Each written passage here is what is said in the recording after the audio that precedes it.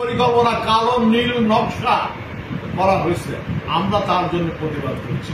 আমাদের মূল প্রতিবাদ হচ্ছে আমাদের দেশকে রক্ষা করতে হবে, দেশে শান্তি শৃঙ্খলা ফিরিয়ে আনতে হবে এবং ভারতের থেকে যে ষড়যন্ত্র আওয়ামী লীগ করে যাচ্ছে সেই ষড়যন্ত্রকে প্রতিহত করে এবং আমাদের সংগঠনটাকে সাংগঠনিক ভিত আরো শক্তিশালী করার জন্য আমাদের নেত্রী শামা ওবায়দকে সম্পদে বহালের জন্য আমরা কেন্দ্রীয় নেতৃবৃন্দের কাছে আবেদন করেছি, বিনীত আবেদন করেছি যে তাকে সম্পদে বহাল করলে আমাদের সাংগঠনিক কার্যক্রমটা খুব সুন্দরভাবে পরিচালিত হবে।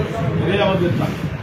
পরিকল্পনা কালো নীল নকশা করা হয়েছে, আমরা তার জন্য প্রতিবাদ করছি। আমাদের মূল প্রতিবাদ হচ্ছে আমাদের দেশকে রক্ষা করতে হবে, দেশে শান্তি শৃঙ্খলা ফিরিয়ে আনতে হবে এবং ভারতের থেকে যে ষড়যন্ত্র আওয়ামী লীগ করে যাচ্ছে সেই